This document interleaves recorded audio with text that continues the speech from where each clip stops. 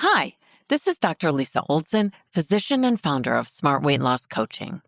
I'd like to briefly say thank you so much to our regular listeners who follow the show and tune in every week. My team and I are incredibly grateful that you take the time to listen in and also to share our show with those you care about. Truly, thank you. Also, if you're serious about wanting to lose weight, I'd love to see you increase your engagement with our podcast workbook. The workbook goes along with episodes number 1 through 50 and propels you to take action to create habits that will help you lose weight and transform your health. It's available through our website at smartweightlosscoaching.com.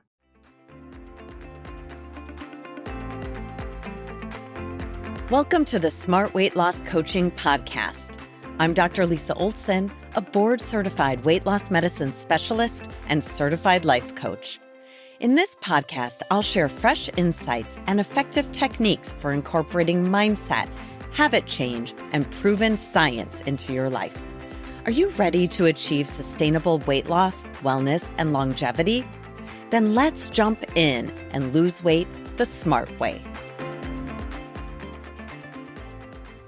Welcome back. Today I thought I would talk a little bit about different experiences that people have shared with me this week as things that are blocking their success with weight loss. Let's start with a client that I'll call Christina. Christina had been losing weight for the past year and doing really well. She went from being over 200 pounds to being well under 200 pounds. And I don't want to give her exact weight, and I don't want to give too much power to the scale, but let's just say everything was going swimmingly. And this was with a combination of interventions. Yes, she was on weight loss medication. Also, she was working on dramatically changing the quality of her food. She was eating much healthier foods and fewer ultra-processed foods. And she was moving more. She was sleeping better. She was getting out and getting fresh air. She was managing her stress, excited about a new job. All around, things have been going great for her.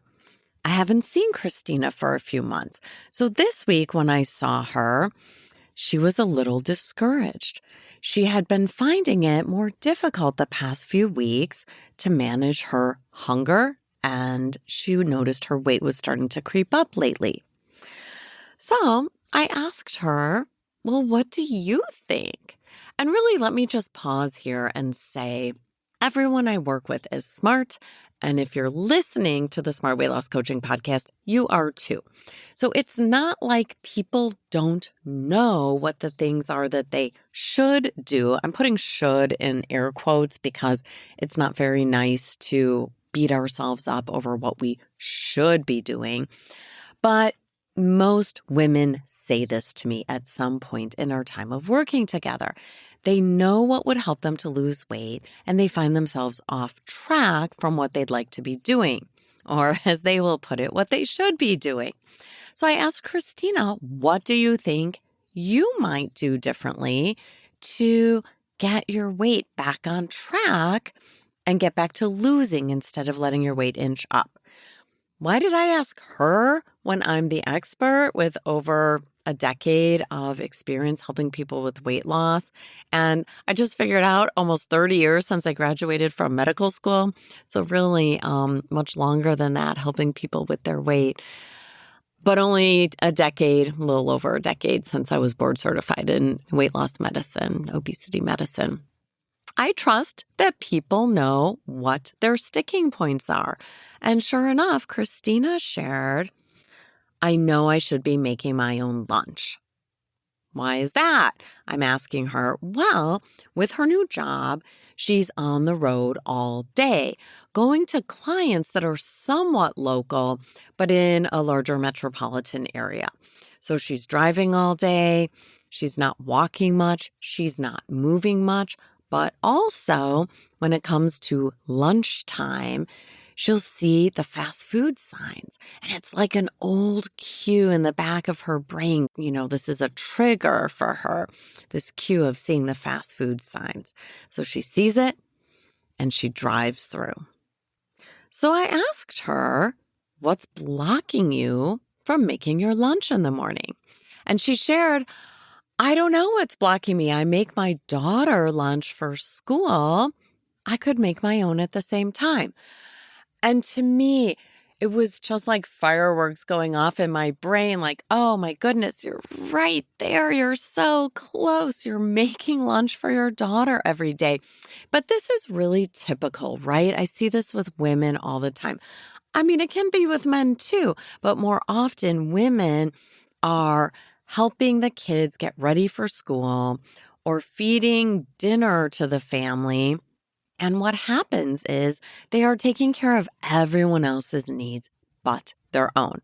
And please, gentlemen, if you are the one feeding your kids lunch, making their lunch, packing it for school, or you're making dinner for your family, please forgive me that I'm generalizing, but I work with women, and the women I work with are really almost universally in charge of this in their own households. So kudos to any of you gentlemen who are jumping in and doing that. That's really fantastic. But using Christina as our example, it's a very female thing. She's doing all of this nurturing and taking care of her daughter and making her a nice meal. And she mentioned there are always at least a couple of fruits and vegetables in there.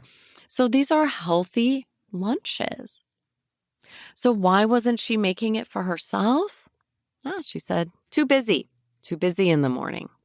I barely get her lunch made and I need to grab my stuff and run out the door so I'm not late for work. So let's just pause there and analyze what's going on with Christina. What do you think? Do you think it's a fact that she's too busy to make her own lunch? Is that an undisputable fact? I don't think so. I think that's a thought she's telling herself. I'm too busy to make my own lunch. And yet, she makes her daughter lunch, and at lunchtime, she hops in line in a busy drive-through, which I'm going to hypothesize kills about as much time as it would take her to make lunch if she wasn't making lunch for her daughter. But since she's already making lunch for her daughter and all of the food is out anyway, I bet that's faster to make lunch at home than to go in line at a drive-through and wait and drive through, place your order, pay for your lunch, pick up your food, and then eat it in your car, which I would argue is kind of a soul-crushing place to eat your lunch. Sometimes we have to do that. That happens to me sometimes too. But listen, friends, smarties, let's not eat lunch in our car if we can help it. Let's not drive through a fast food restaurant and then eat that in the car any time of day because it's a little bit of a downer, right? It is soul crushing. All right, so Christina says she's too busy, and I want to challenge that thought. Why? Because I think that thought is what's blocking her. How does that happen? Well, when she says, I'm too busy, when she says it to herself, I'm too busy to make my own lunch. I planned to today, I wanted to, kind of, and now that it's time to do it, I just feel too busy. She is creating the feeling of being frazzled. That thought, I'm too busy, is creating the feeling of being frazzled, right? And when you feel frazzled, what are you likely to do? Well, I would argue not make a beautiful, abundant, healthy lunch with 2 servings of fruits and vegetables, like she does for her daughter. When you're feeling frazzled, I think most of us resort to something quick, convenient, hyper-palatable, some delicious ultra-processed kind of food that isn't serving us for weight loss. So, when she feels frazzled, she runs out the door without making her own lunch. At lunchtime, she goes through the drive-thru. She eats something off plan in this rather soul-crushing environment of her car. And the result of this is that her weight is inching up. But it is not the fact that she has to get out the door by a certain time that's making her feel too frazzled. It's the thought she's choosing. I'm just too busy, right? She's creating that feeling. She has the option to curate an intentional thought here, right? So let's just play with that for a moment. What kind of thoughts could Christina curate for herself? Well, maybe she could curate a thought as basic as, you know what? I already have all the food out for my daughter anyway. It will only take an extra minute or two to throw together a lunch for myself, right? Or maybe she's kind of waiting to feel inspired or motivated to make her own lunch. Come on, friends, just stop that. None of us ever really get hit with a tsunami of inspiration over making our own lunch, during a busy morning when we're trying to get out the door. So maybe she can just tease herself a little lovingly, like, okay. I know I'm not going to be hit with a wave of inspiration. Let me just do it anyway. I am kind of a fan of that Nike slogan, just do it. Sometimes that really helps me with coaching, and it might help you too. So maybe Christina can say, you know what? I'm just going to do it. Or maybe she wants to rationalize a thought a little bit for herself, like, I don't know if really rationalize is the right word, more like get deep into the facts of whether or not it actually takes longer to go through the drive-thru or to throw together her own lunch. I will give her the fact that the very first day she makes her own lunch, it might take an equal amount of time to going through the drive-thru, ordering your food, paying for your food, picking up your food. Sure, maybe the first time because you have to find your old lunchbox and find a cooling pack in your freezer and maybe pull out extra Tupperware containers that you didn't have readily available. But I would argue after a week of doing that, it's going to be faster to make your own lunch than to drive through and pick it up. So Christina could choose a thought. I believe it will be faster for me to throw my lunch together at home in the morning than it would be to go through the drive-thru. So let's go. Come on, Christina, you've got this. Okay, what other thoughts could she curate? She could say something like this to herself. I both want to drive through and get some yummy, delicious food on a busy, hectic day, and I don't want to. And that's okay. That's completely normal. I don't want to because I want to live healthier longer. I want to manage my weight, and I don't want to drive through because I know that works against me. But I acknowledge that there is some comfort and convenience and familiarity to the drive-through. It's okay. I'm creating a new system for myself. I'm choosing it. Both options are available to me, and I'm choosing the option of making my own lunch, and I like my choice. I like my reasons. And when she chooses a thought like that, maybe she feels, if not quite inspired or motivated, at least she feels confident that she's making a smart choice for herself. Or maybe she feels peaceful about it. The conflict falls away because as she weighs the two options that are both available to her, the drive-thru or the lunchbox, she feels pretty peaceful about her choice. And it is a good choice. So when she feels peaceful, what she's more likely to do is to go ahead and pack her lunch and bring it. And the more days in a row Christina brings her lunch, the easier it gets. Because she'll start to form a new neural pathway. This starts to become a habitual part of her morning, a morning ritual, right? We all have rituals throughout our day because our brain doesn't want to work so hard to figure out every morning, like, okay, what do I have to do? I have to wake up. I have to turn off my alarm clock. I have to get up. I have to go to the bathroom. I have to brush my teeth and change out of my pajamas and put on my work clothes and brush my hair and blah, blah, blah, blah, blah. We don't need to reinvent the wheel every morning trying to figure out our morning ritual checklist. No, you just repeat it enough times and the brain goes on autopilot, right? So Christina was on autopilot, not bringing her lunch. But already after a week, and certainly 2 and 3 and 4 weeks after bringing her lunch every day, she's starting to form this new neural pathway where this is becoming a bigger part of her morning ritual than running out the door feeling frazzled, telling herself she doesn't have enough time, she'll just drive through. That's the old system.